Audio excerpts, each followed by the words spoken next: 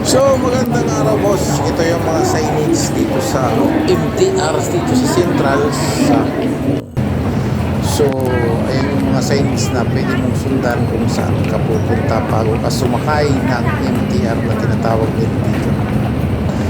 Dahil napakaraming pasahero dito at maliligaw at maligaw kapag ikaw ay baguhan. 請小心空隙及留意月台與車廂地面嘅高低，請小心護持，並留意月台與車廂地面的高低。請先由車頭乘客請先分開跟住先正常。 So yan yung kaganapan dito sa Central ng Hong Kong. Yan yung mga pasahero, napakarami. Ito yung rush hour ng umaga. Ang oras ay alas 8:30 pa lang ng umaga ngayon dito. Napakaraming tao, napakaraming pasahero.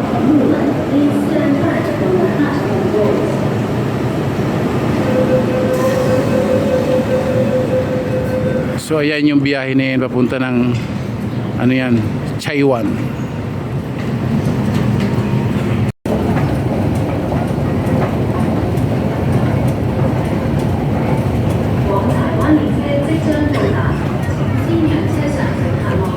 Ito yung mga pasahero na kabababa pa lang ng MTR. Isang minuto lang may dumarating na train.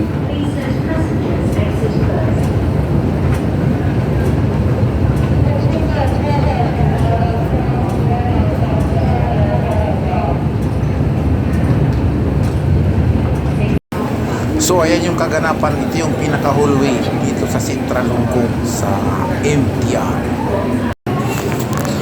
So ayan, naglalakad na tayo at sasakay na rin tayo ng train at tayo ay uuwi na. Balik na tayo sa ating tirahan at may pinuntahan lang tayo dito sa Central, may binili lang. So ayan nga, naglalakad tayo sa pinaka-hallway. Itong pinaka-hallway na to ay good condition to. So kahit dito ka magtambay, malamig. Dito yung tambayan ng mga kababayan natin na nagtatrabaho dito.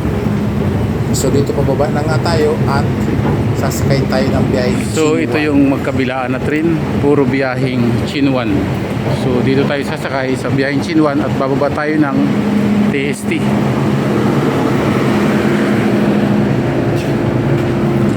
So wala pang gaanong pasahero, pero aalis siya ng punong-puno.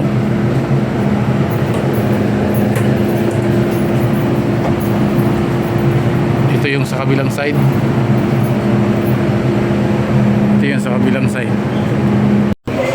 So ayan, ito yung hitsura ng MTR dito sa Hong Kong. Kung titingnan mo siya ay parang napakaluma na, pero pag sakay mo, makikita mo sa loob napakalinis at bago tingnan. Luma lang yung hitsura niya, pero sa loob malinis at napakabago tingnan. Hanggang dito lang ang video guys.